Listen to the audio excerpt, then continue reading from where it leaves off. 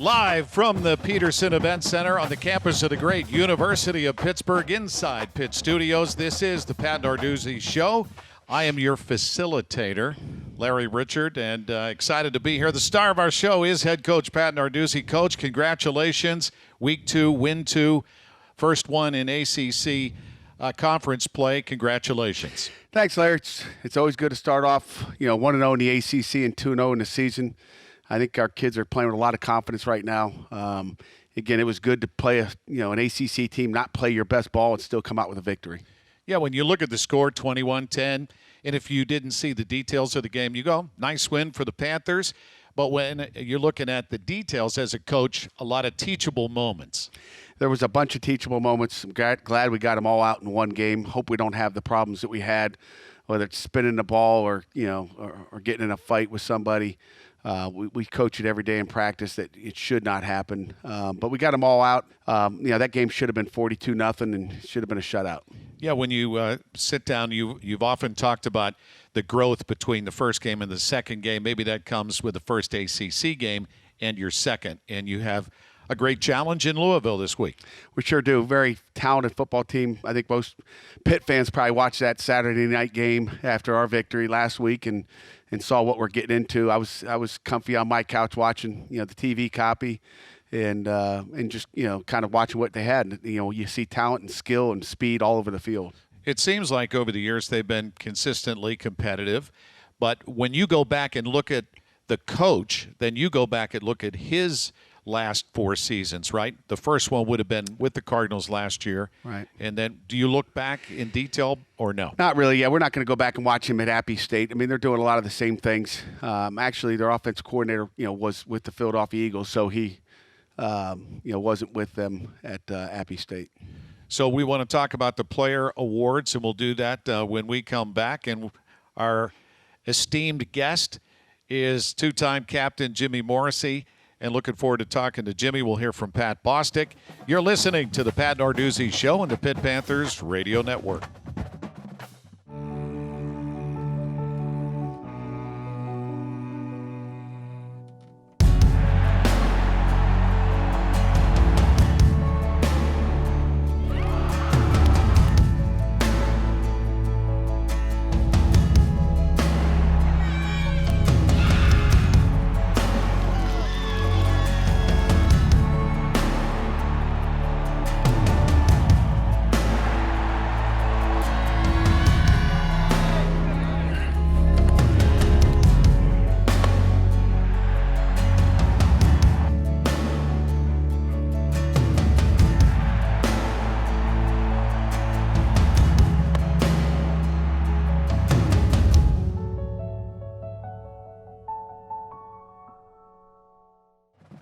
Kenny Pickett, by the way, in his senior season, off to a very productive start through 2 contests. Pickett has completed nearly 70% of his passes. He is also the 7th quarterback in the history, 131 seasons, to surpass 6,000 yards with most of a season to go. Coach Narduzzi, your assessment, Kenny Pickett in Game 2. Kenny, obviously had some great throws. When you go back to the game tape, though, Kenny wasn't as happy. And, as far as just, making the throws, he had a couple that he missed that could have been a couple more scores, which we ended up trying to kick a field goal with it. So when you go back and look at it, it wasn't as clean as you'd like it to be. And Kenny Pickett has done a great job. So if he's not happy with his performance, I have a feeling, then he'll take another step this week. By the way, it's noon, Heinz Field against Louisville with the alternate jerseys. And even though we're on radio and on TV, I'm wearing the official new alternate jersey. I saw the uniform. It looks like something out of a Batman movie, Coach. You like these? I love them. I've kind of seen them for almost, it seems like 2 years now that they've been out there at the start of the design by Nike, and Nike did an outstanding job. I can't wait to see them. I mean, the kids are wearing helmets for practice. I can't wait to see the whole uniform on our entire team on the field. I can imagine the jungle is going to be a lot of fun this week. Is this the only game you'll be wearing the alternate uniforms? It's the first game, and I think, the seniors will, if they play good, I bet you they want to wear them again. Okay. I'd like to probably see them again. Yeah, they look great. By the way, take a look at PittsburghPanthers.com, and you can also get one of those cutouts. Now, I wasn't the only human being in a seat last Saturday, Coach. We had the band cutouts in that corner section, and I know you still come traditionally at the end of the game. And even though the Panther pit is empty, it's the spirit of. It was good the band was there this last weekend. Yeah, they joined us. We hope to see. So we having more cutouts throughout the stadium? Yeah, fans can do that, so they can check that out online as well. Let's talk about your weekly team awards, Players of the Week. Let's start with special teams. We talked about Servassier Dennis last week. He's had a big impact. He's a football player, period. He does a great job at the linebacker position. I mean, he's going to be a great linebacker here at the University of Pittsburgh. He's a young guy. He does a great job on special teams. He ran down on the kickoff and laid the wood to a guy. That's kind of how he got that. Yeah, we talked to him, and someone asked him how he got his name. His dad is named Cervantes, and him and his uncle were talking, and they were having a little Cavassier, and he says, I'm going to name my son Servassier. So that's how that happened. How about on defense? You know, we had two people. Jason Pinnock, we locked him up on their best receiver, Taj Harris, right, who lined up most of the time on, our defensive left side, and he locked him down all game. There's one touchdown pass he caught that, he really didn't have a man-to-man. It was not the coverage. But he really locked him, frustrated the kid as well, and I think really knocked him out of the game. And then the other guy's Rashad Weaver, which everybody's heard about his production he had. It was his first game back after missing last season with an injury, and it was great to have him back. I thought we'd have him back the week before, but he was outstanding in his debut. It was like a rodeo when they just let him out, the gate open, and there he was playing football. And Harris, by the way, was very frustrated by your defense. He was talking to himself and the sideline, I saw, for most of the game. And really, the defense only gave up that one big play.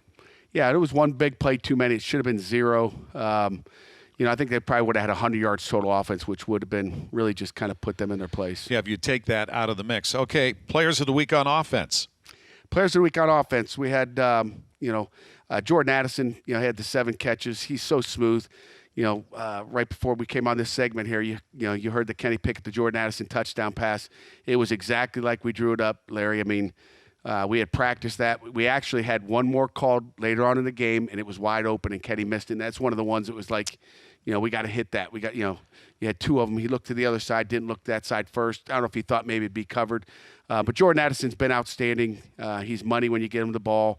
He actually had 3 carries as well and some jet sweeps. So he's very productive. Yeah, he's fun to watch. And we had heard a lot about him leading into the season, and now we're seeing why you guys were so high on Jordan Addison. By the way, Kenny Pickett's throw on that was just a laser right in a window. That was an NFL throw. Really was. All right, Offensive Lineman of the Week. Unsung hero, offensive lineman of the week is Carter Warren. He's just played great at the left tackle. He has matured so much, with the game of football. I know Jimmy Morrissey can probably talk more about what they've done in that room, but they have gelled together as an offensive line. Carter Warren has stepped up as a leader. He's on our leadership council. His game has stepped up. He's a totally different player than he was a year ago. 3 unsung heroes of the game? Yeah, we did. Wendell Davis, not a ton of tackles with 2 total tackles, but again, one of those guys that's getting everybody lined up, getting them in the right blitz, as far as the checks go. So he's our unsung hero on defense. On offense, it was DJ Turner, who had 5 catches, and really, of the 5 catches, those 2 that were kind of behind him that weren't great throws. They're not always going to be great throws, but in the past, I felt like some of those were just kind of dropped, or I can't get that catch. It was not easy. But DJ made some tough catches as well. And then, again, defensively, it was DeMar Hamlin with 5 tackles and a grade of 90%. And Defensive Attack Force Player of the Week. It was Cam Bright, and he was also the linebacker of the week in the ACC conference. Right. He's been explosive, really, for 2 games. I told him, you just keep doing that. You're going to be an all-ACC player if you continue to play like that. But he's very productive, getting after the quarterback with some harassment there and getting around the ball a lot. Off the field, it seems to me, talked to him today, quiet resolve. Yeah, he's quiet resolve. That's just my assessment of, Cam Bright. And then on the field, he's very explosive. He can be explosive in a meeting room sometimes. Is that right? Yeah, he'll get noisy. When we come back, we'll talk about the Rocks Players of the Week. And the special guest this week is 2-time captain Jimmy Morrissey. When we return, you're listening to the Pat Narduzzi Show on the Pitt Panthers Radio Network.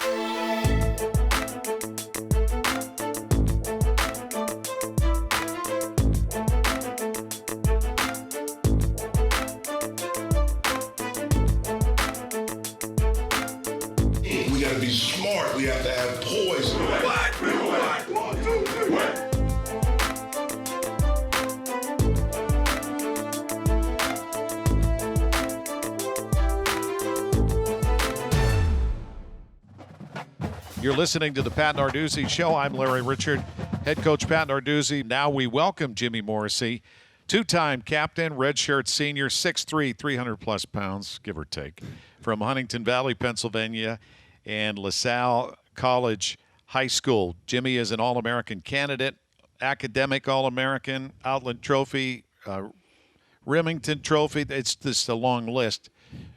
So welcome to head coach Pat Narduzzi's show. Good to see you again, Jimmy. You too, Larry. Thanks for having me. You know, we talk about your position a lot, and for fans who are watching a game, you always see the quarterback. He's making adjustments and audibles, but it starts with you as the center. So when you go up to the line and you grab that football, what are you looking for, and how are you making adjustments? It all depends on the play it is, but really I just try to call out the defensive front for my O-line, and then whether it's a pass play and if the running back's involved or another player is involved besides the O-line, try to call out our guys or, just make the proper calls to put everybody in the right position. I should say, Coach, that I think it's been over 1,000 snaps that Jimmy hasn't allowed a sack. I'm sure his fans would love to hear that. You don't mind me sharing that, do you, Jimmy? I got saved this Saturday. I do have to make a confession. That there was a holding call that saved me from a sack this weekend. The streak is still alive. So, the streak is still alive, yeah. So, yeah. Did you have a chance? Because I know if you're not at the game, you're either studying or at church, I'm sure. So when you went home after the game, since you guys can't go out, in the world we're living in, did you happen to watch any of the Miami-Louisville game that night? I know you watched film after, but I did. I watched the first quarter. And what'd you think of what you saw from Louisville? Like you guys said earlier, fast on offense, and then defense, impressive linebacker core, big up front, and when I took a look at their depth chart, experienced. Yeah, they do have a lot of upperclassmen on their team, Coach. I was thinking about Miami. Miami usually has a lot of good athletes too, and it was a pretty good matchup. But at one point it looked like it was going to be tilted all Miami's way, but Louisville was able to battle back in that game. Yeah, they came back and really started running the ball. They established a run game in the second half, and whether that was the problem in the first half, throwing it too much, they run a lot of nakeds and boots, and they're all over the place. But they established a run game, so we expect them to come out and try to get that thing going early. Obviously, the offensive line is looked at, Jimmy, as it's up to you guys up front to start establish a protection, not just for the Kenny Pickett to pass, but to establish a run game. How has that been going with you and your lineup so far this year? It's becoming a lot better this year because of the group we have. Everybody's back again, all of our starters. Our unit as a whole has become a lot tighter over the off season, and especially with this whole, coronavirus, it's brought us a lot closer than it has in the past. And, we take great pride in establishing a run game. It's not where, last weekend is not where we want it to be, and we have a lot to improve on this weekend. Jimmy, over the years, you've gotten a lot of accolades. Your story is pretty incredible, and people have, to a person, said there's something special about that young man. I assume you want to take your game to the next level and think you're going to be able to do that. But as you go through this year, what's the mindset with this kind of waiver that every player in college football has right now about whether they could or could not come back? I was glad to see the NCAA did that for sure. I was really excited about that. But just like the NFL or coming back for a 6th year, I'm not worried about that. I'm worried about Louisville this weekend, and then the week after that, I'll be worried about NC State. And then when the time comes, I'll make that decision with my family and coaches too. Two-time team captain of your Panthers, Jimmy Morrissey. More when we come back. You're listening to the Pat Narduzzi Show and the Pitt Panthers Radio Network.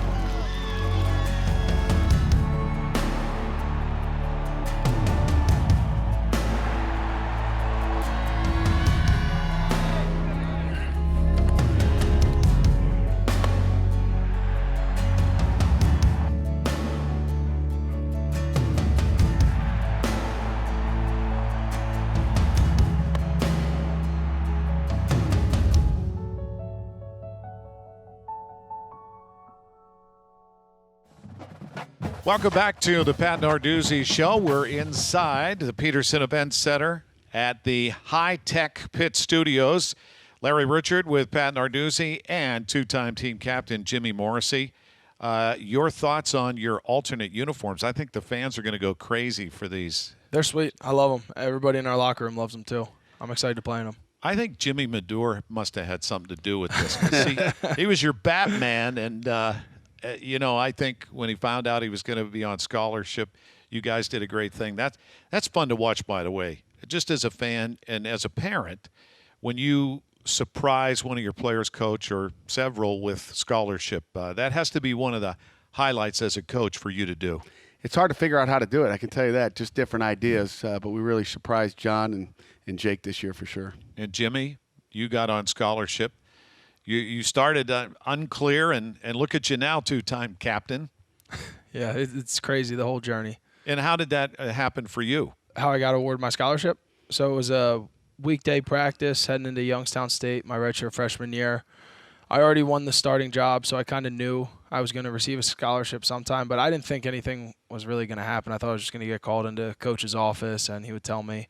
But one practice, Max Brown was the quarterback, and we had like 3 fumbled snaps. And Max was an older guy, so every time I asked him what was happening, like if I was short-arming it or hitting his bottom hand, he just wouldn't tell me anything. He was like, no, we're good, just next play. So I was getting frustrated, and then on like the 4th fumbled snap, somebody came up to me and was like, hey, he's dropping it on purpose, it looks like. Like, it looks like he's getting it and dropping it. So I was mad all practice in my head, and then we get to the end, and Coach Narduzzi's yelling at us like, we can't have bad snaps.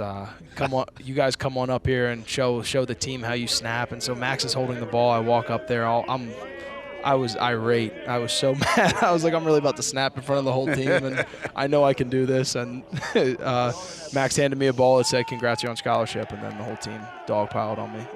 We're talking about an Academy Award-winning maybe nomination by Coach, right? Yeah, it was great. Teammates. They really got me. I didn't see that one coming. All these fumble snaps. What are you doing, Jimmy? Get the snap up.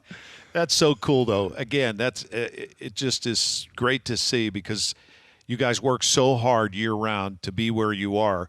And I think of even now, we heard Notre Dame's not playing this weekend. We're just happy to be here doing this show and happy to be playing football at Heinz Field. I know you feel the same way. Very, very fortunate and very lucky that we're playing football. Yes. Let's talk about the Cardinals, because when everybody talks about Louisville, they talk about the offense and the skill players and the speed.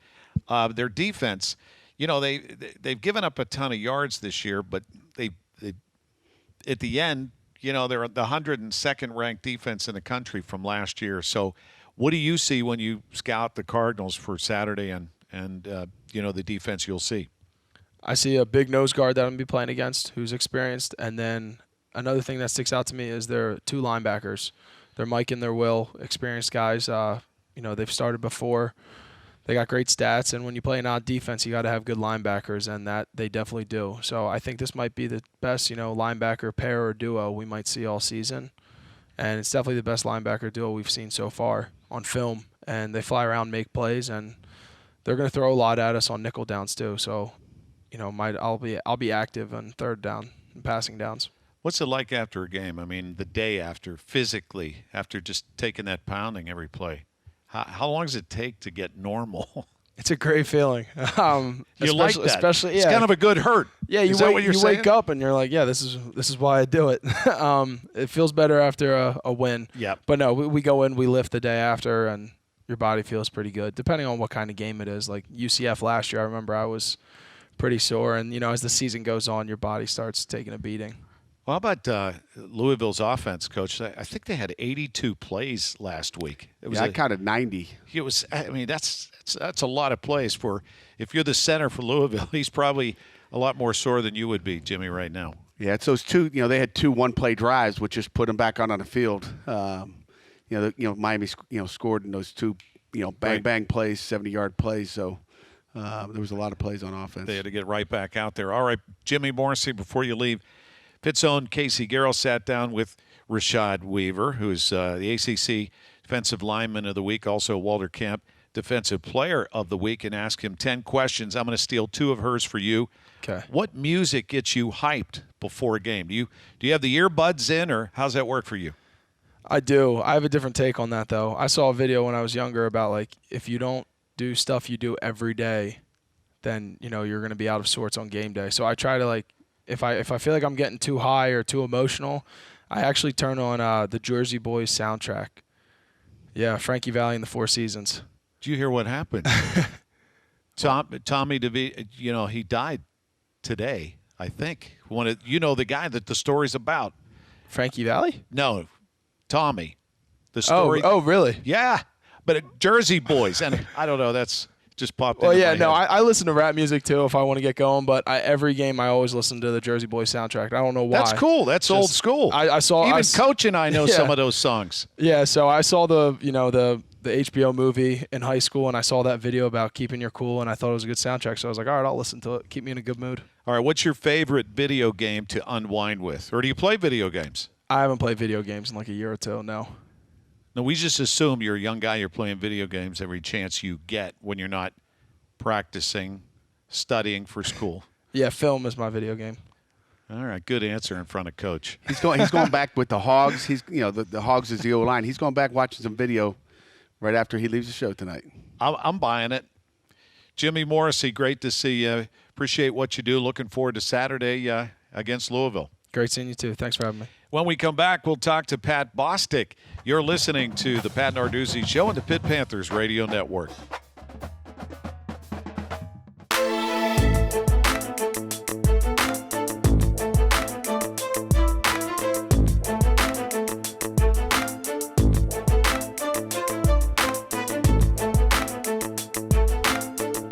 We got to be smart. We have to have poise.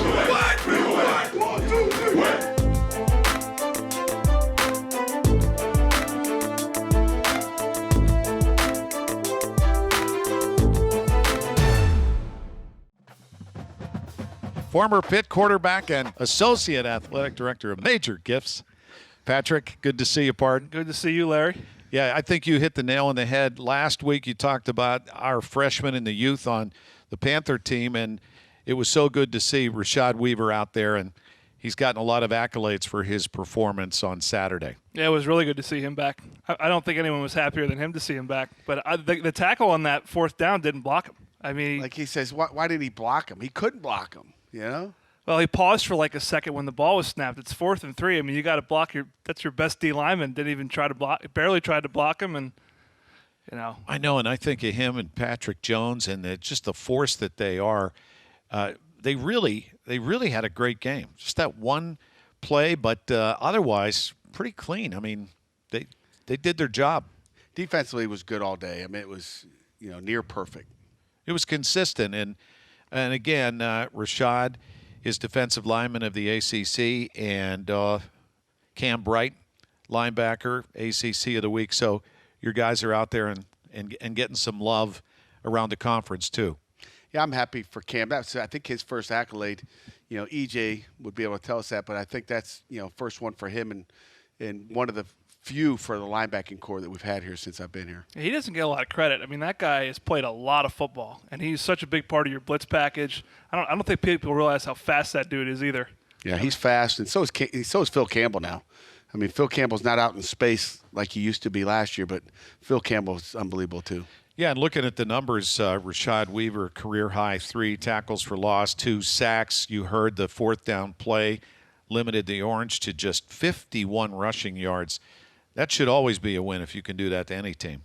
No doubt about it, man. That's the number one thing we got to do in every game, but especially this game against Louisville. They love to run the football. That is their deal.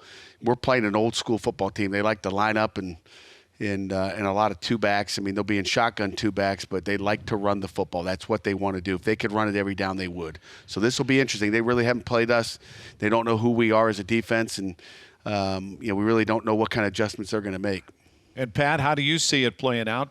We talked to Coach earlier about playing across the conference. We don't see these teams that often. It's been a while. How do you see the Panthers matching up against the Cardinals? Well, they've gotten a lot better over the years since Satterfield got there. They kind of obviously they had Lamar Jackson, who was a pretty good player. I remember 2015, your first season, they barely played him until like the fourth quarter, and now he's the MVP of the National Football League. But watching Louisville against Miami, they're gonna put yards up. They move the ball. I mean, they got some talent. The tailback's impressive. Everyone talks about Tutu Atwell, but I mean, you got to cover that tailback sideline to sideline. He loves to cut it Javion back. Hawkins, he goes north and south and he hits it fast. As fast as you're going to They stretch you laterally and then try to puncture. hit that wide zone and then cut it back. But they got some speed, and Cunningham does a nice job. I mean, 6 touchdown passes. They got a good offensive line. They lost a big part of that from last year, but they're a good team. They just struggled to stop Miami in that game, and obviously it became a little bit of a shootout. Yeah, Malik Cunningham is tied for the national lead with those 6 touchdowns, and Redshirt Jr.